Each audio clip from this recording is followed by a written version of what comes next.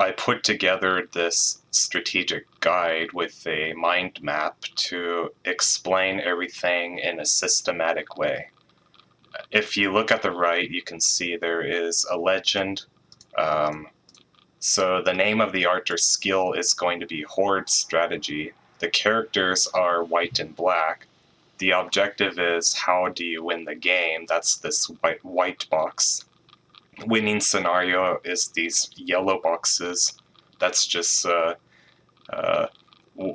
position that is theoretically won very easily. Conditions are what needs to be true about that position in order to be truly winning. Meta strategy is going to be the gray boxes right here.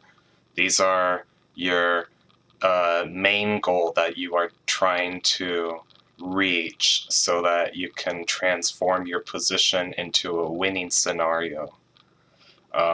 So that's the meta strategy, and then the strategies are the blue boxes. Those are ways of trying to realize that meta strategy. Definitions are the different types of versions of that one strategy, so they are like sub-strategies. Principles are tips in order to make your strategy more successful. Condition, again, is going to be what needs to be true about the position in order to be successful. And then at the bottom, this black box here, I have universal principles because everything else above covers the principles for each color, right? But there's also principles that both colors should follow. If you were to make like a Venn diagram, two circles, the universal principles would be in the middle that's inside both the circles. So let's just get right into it. So Horde Strategy. I'm going to go over white first.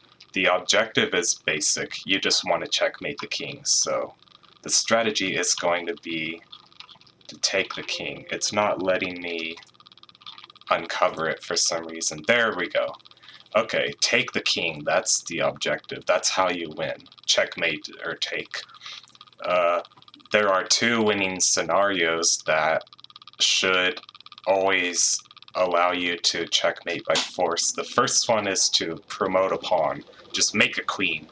But in order for that to be truly winning, you have to have a material surplus. You have to be able to promote a second queen or pin a king to the back ranks so that you can mate with a queen and pawn. And the second winning scenario is going to be where you checkmate with only pawns. So the pawn avalanche. For example, I'm just going to pull this board up. Just imagine that these highlighted squares are pawns. So we have our pawn avalanche here. We have the king on e8. We can checkmate by pushing f7. And then, yeah, he's checkmated. In order for a pawn avalanche to be truly winning, the king has to be immobile. The king has to be stuck so that your pawns can just checkmate him. Otherwise, he can escape, right? So your pawns have to trap his king, cut him off of squares. Alright, so I'm going to go through one color at a time, so I'm just going to go down here to white's meta strategy. The meta strategy is to place 4 past grouped pawns along the 6th rank that can be reinforced from behind. So let's go ahead and pull up the analysis board. So you want 4+ pawns on the 6th rank somewhere that are close together. They should be passed, at least a couple of them should be passed, so there should be no opposing pawns for black. And they have to be easy to reinforce from behind, so you have to be able to push a pawn from behind and support it. This is what white is always trying to achieve, no matter what his strategy is. That's the meta strategy. So white has 2 strategies to try to achieve this. The first one, I'm going to uncover the picture. So we have some blocks for construction. Can you guess what that means? Build a wall, okay? That means you want your opponent to be obstructive obstructed. You want to use his pawns as a wall to either close the file or be able to push. So those are the two sub-strategies. You either push forward so that their sacrifice is further away from the back rank, or you use their pawns as a wall and you just block them off. So let's talk about the first one, which is going to be pushing forward, right? So, does this work? There we go. So push forward. An example of this, if we go back, let me think. Okay, just a basic example, I guess. So, take. Let's just not make the best moves for white, just to illustrate my point. Take this way. Let's say that I'm not making the best moves on purpose, just so that I get to the position. Alright. Now, black has set up a queen and rook battery, and he's threatening to take the pawn on a2. How do you defend? You can push forward, okay? a4. That is the only way to defend. Everything else would lose. Literally every other move would, because a4 is the only move that blocks off the a file just enough by forcing him to sacrifice further away. For example, if he takes and takes, then you can play a2 or a3, and you close the position off on the queen side. So that's what I mean by pushing forward. You just push forward, okay, you set up this wall, right? That's the first method. And then principles will be like, I guess it's very important that you are able to implement this with the rook pawns, because the rook pawns are always the most vulnerable pawns because they can only be defended once. So they require the most care, and it's very, very common that you push a rook pawn to the 4th rank so that you can stop his attack. A condition for this is that the pawns behind it all have to be very well defended. They shouldn't be loose. That way, the opponent can't fork and win material. So it's very important that the rest of your board is very well supported, compact, and especially that the pawns that support your attacked side are defending each other very well.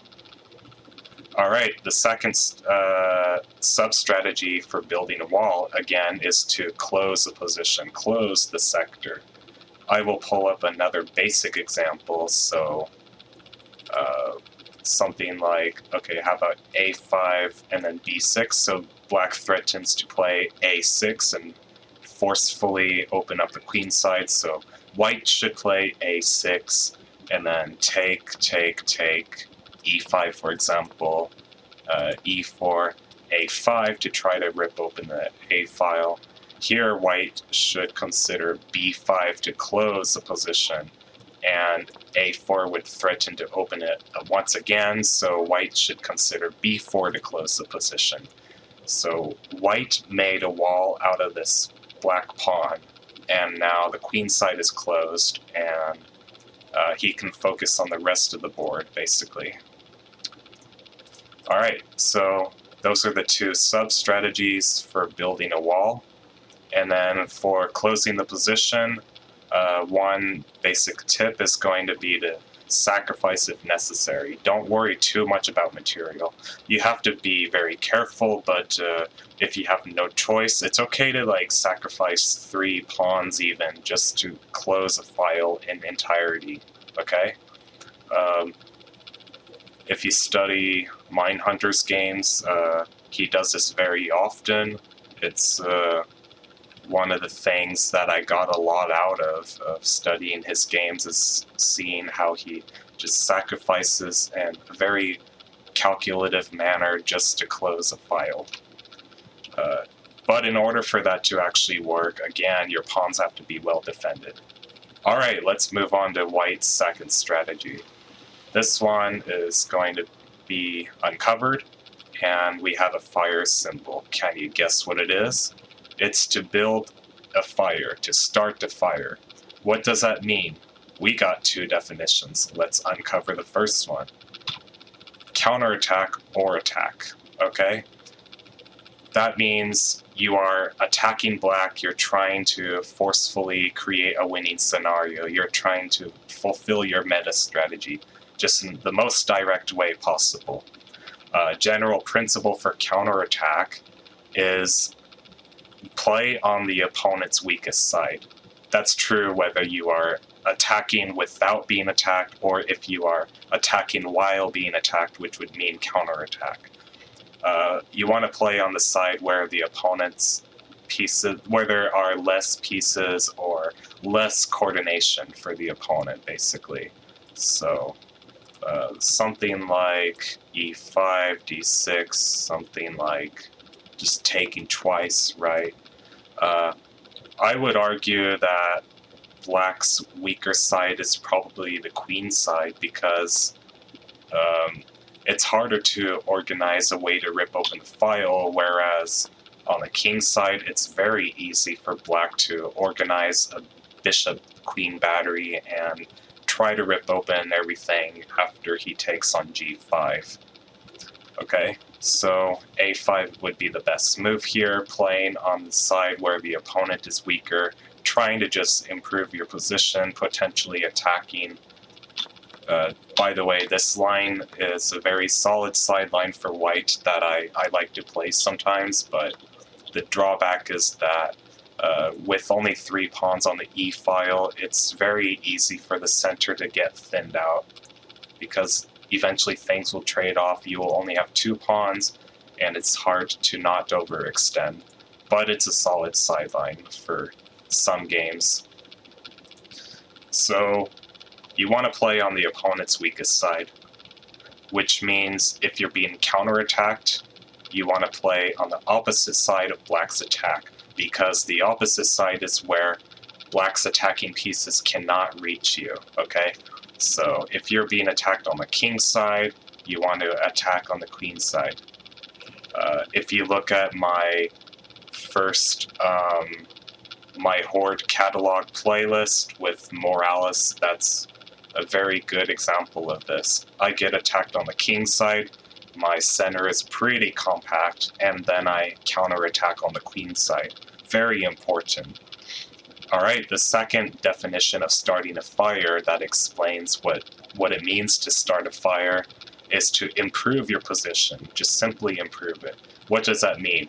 Improving your position means you take your time, you be patient, you group your pawns, you compact them together, you just move your pawns from behind. So after like a rook shuffle opening, white just wants to improve his position. That just means take your time, be patient, and develop all your pawns as best as you can. Just improve your position.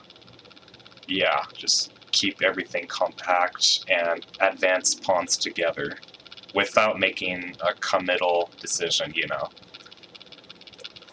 One principle for improving your position is to use the whole board. Super important. When you use the whole board, you will have more opportunities.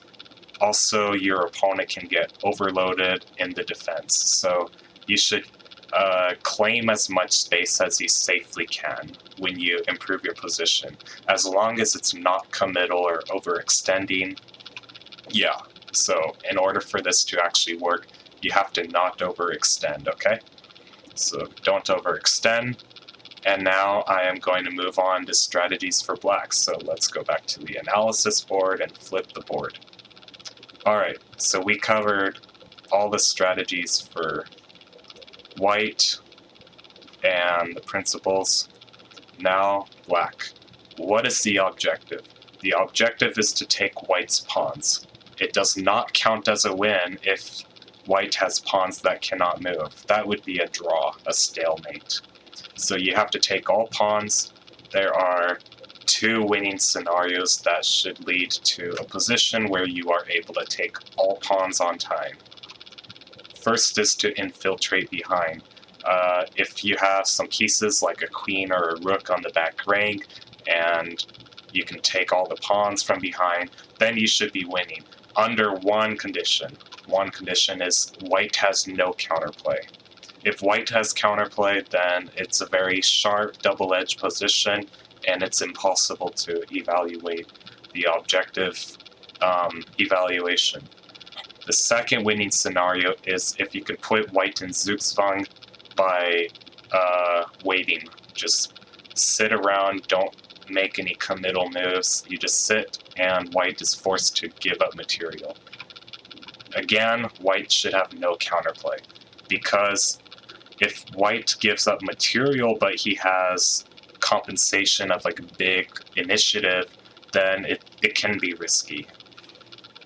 The meta strategy for black is to split up white's critical pawns. Basically, he should split them up in one way or another so that there's some weak squares that can be accessed by the pieces. This will translate to a position where you can either put pieces on the back rank, or you can put white into Zugzwang by waiting on key squares and just waiting for white to give up all their material. Black has two strategies to realize this meta strategy. The first one is going to be, so we have a Pac-Man symbol. Can you guess what that is? That's basically similar to eating up all the pawns, but we want to pry and rip open a file, okay? Just rip open a file as soon as possible, and then you will be able to eat all the pawns from behind. So that's related to infiltrating from behind, and there are two definitions for ripping a file.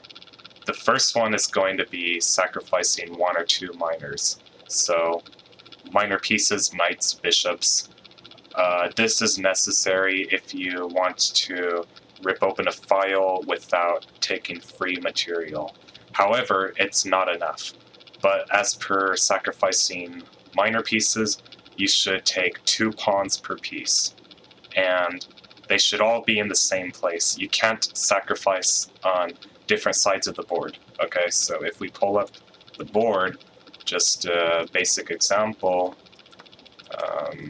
something like this, and this, we take, and basically we have to sacrifice 1 minor piece so far, and we have to get 2 pawns in return. How do we do that? We have 2 choices, bishop takes c5 or knight takes c5. Either way is going to give us 2 pawns for a piece. However, bishop takes c5 needs to be played because you have to think about the long-term plan. So we said to sacrifice 1 to 2 minor pieces. We want to set ourselves up to sacrifice 2 minors for 4 pawns. So bishop takes c5 will lead to that, because after he takes back, so bishop for 2 pawns, we will be able to sacrifice another minor piece for 2 pawns, and we fulfilled our goal. So we got 4 pawns for 2 minor pieces. Very important. And in order for this to actually work, the condition is going to be, again, that it's in the same place. However, this alone is not enough to split up and rip open a file. You also need to sacrifice 1 rook, okay? And a tip for that is to put the queen from behind, sorry. So let's just go back to our example. We want to move this bishop somehow, and then put the queen from behind, okay? And again, we want to win 2 pawns in general for the rook. So, for example, something like this, b6, this, bishop b7, something like e6, take, and okay, queen a8, d5. We have put the queen behind our rook, very important, and then we are ready to sacrifice our rook. Just take, and we rip open the file, and we can grab all these pawns and convert to our winning scenario, infiltrated from behind. hopefully with no counterplay for white, or insufficient counterplay. I just equivocate that as the same thing for simplicity. In order for this to work, again, it has to be in the same place, okay? It's not letting me... Okay, there we go. It has to be from the same place. Notice how, if we just run through this example, so step 1, sacrifice 2 miners, and step 2, sacrifice a rook. Notice how it's all in the same place. It's on the A file and the queen side, okay? If we were to issue like some sacrifices on the king side, then we wouldn't open anything up, so it has to be in the same area of the board. And then white should be counterattacking on the king side, of course, because he has no choice. Alright, so that's the first strategy for black, is to rip open a file. And the second strategy, so I uncovered it, we see some walls like a castle. What do you think that is? It's to build a stronghold. That means you blockade your position so that you set up everything to defend each other and force white to sacrifice material if they advance. So the first definition of a stronghold is thinning out white's center. Alright, for this we are going to make a new example. Let's clear everything. Flip the board. Just this opening again. Something like this. Now let's say white prevents the breakthrough on the queen side by playing b6. Okay? Well, black has to sort of now switch plans because he's unable to break open the queen side. The plan is going to be, or strategy I should say, is going to be to build a stronghold. So the right move here is to take one of these 2 pawns, I think it's this one, to take this e5 pawn, and then they can't take back because we just take here. So they have to take here, and then something like d6, sacrifice. We sacrificed material, but it wasn't for the intent of opening a file.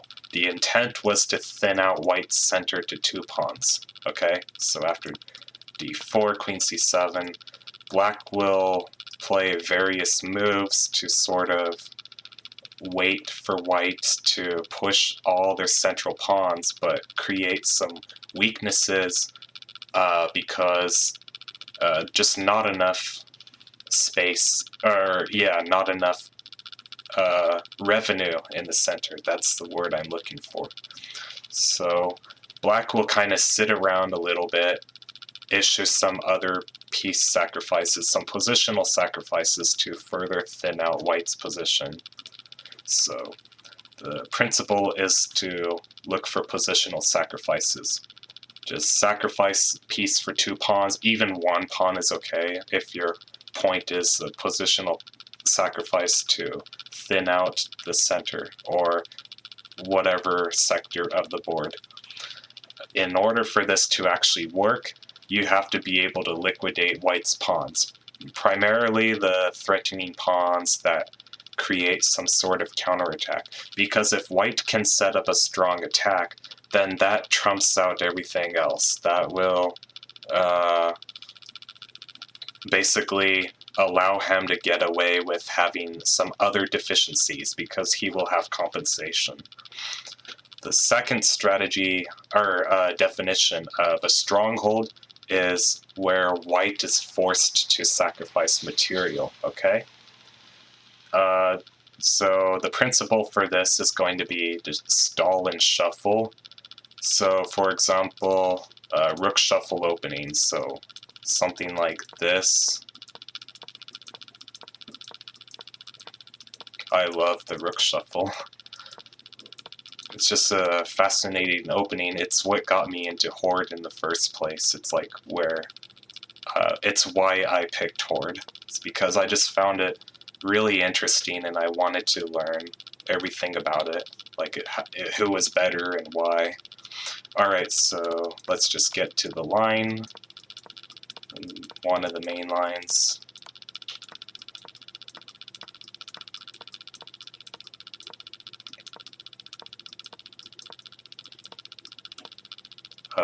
C6.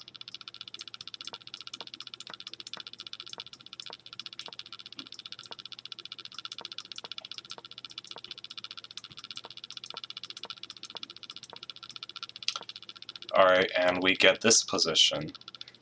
Once white moves these G pawns, he will be forced to issue some sacrifice. Also, by the way, white should try not to advance these G pawns.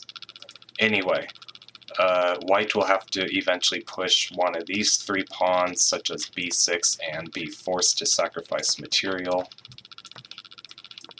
And we get one of the mainline positions. In order for this to actually work for black, the condition is going to be to overprotect one color. Basically, you can reword that as control one color complex. So if we go back a little bit, just 5 moves, yeah, like right here, notice how all the squares that black controls is dark. So if you can control the same color across the board, then that ups your chances that his forced sacrifice is going to be more effective for you. Another example that's not the rook shuffle arises after something like this, maybe, and then take, g6, h6.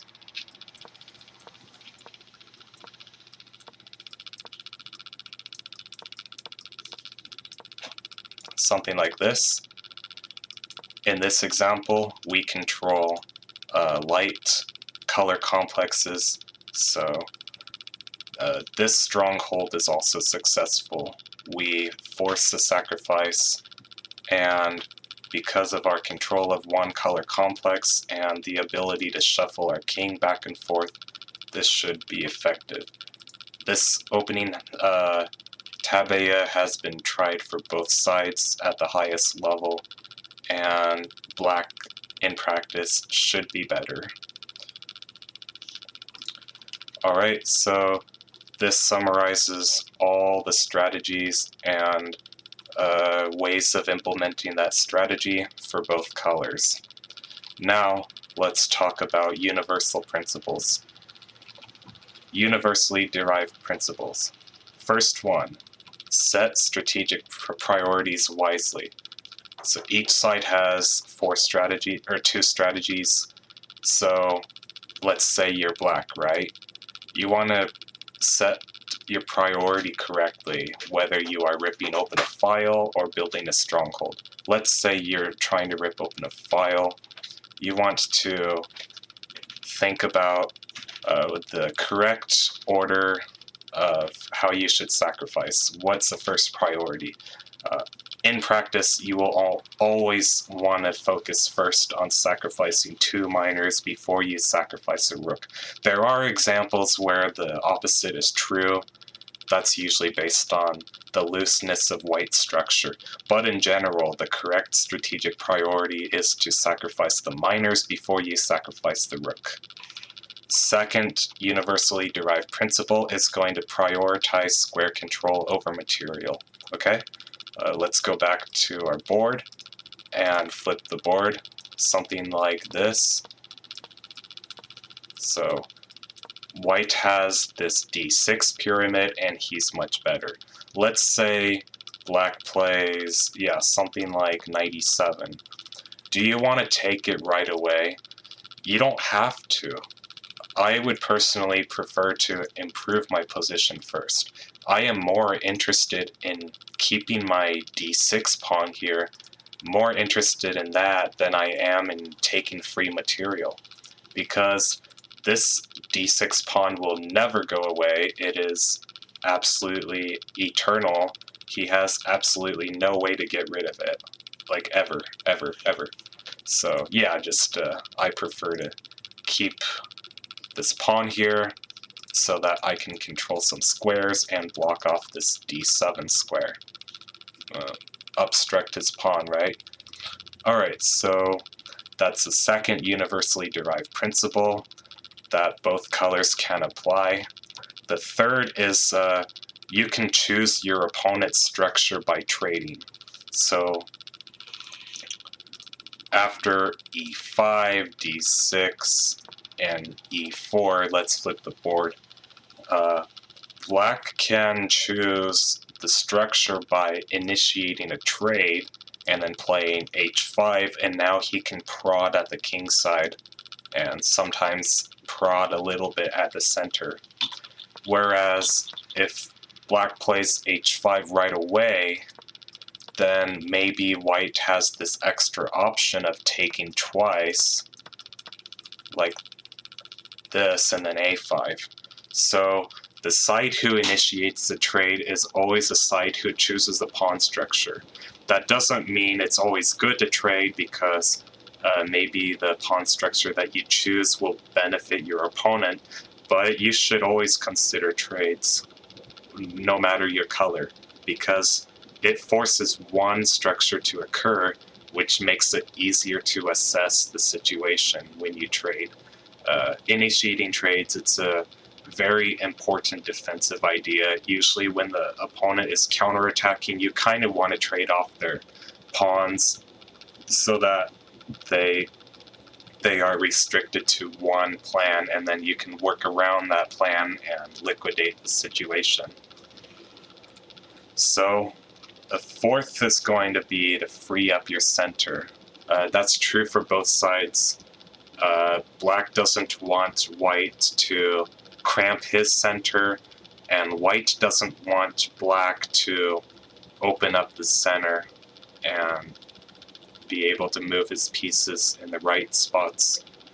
Otherwise, that could lead to a situation where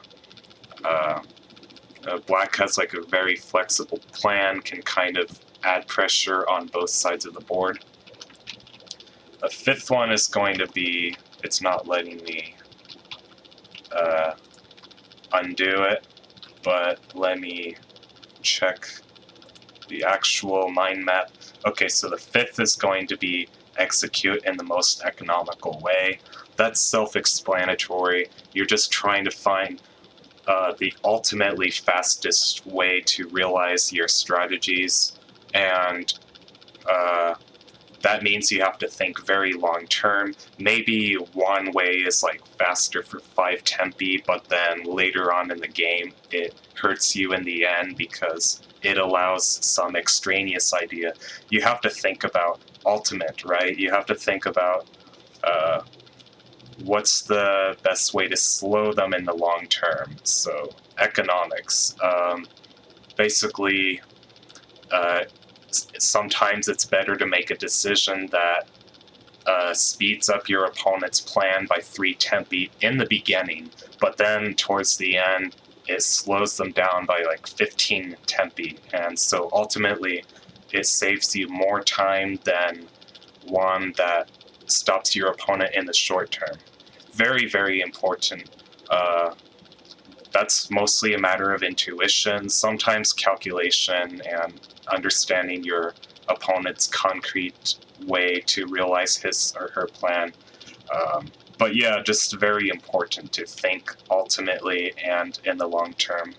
And then the final one is to favor less committal choices. So don't overextend if you don't have to. Just keep the fire alive. Or if you're playing black instead of white, just make sure that your pieces are able to go wherever they need to and respond circumstantially to white's pushes. So, all right, we have covered everything.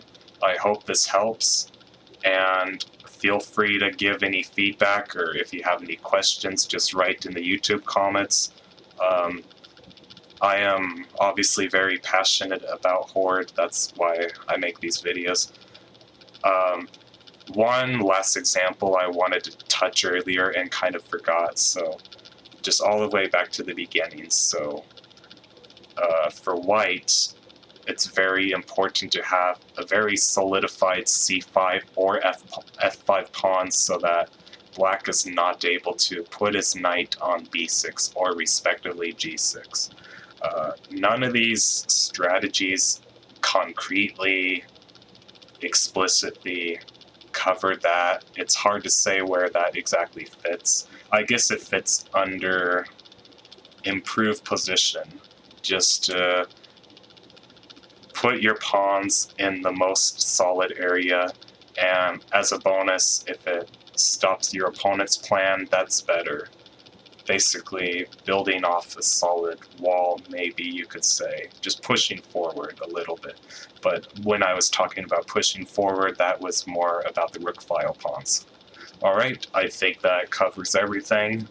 Take care, and thank you.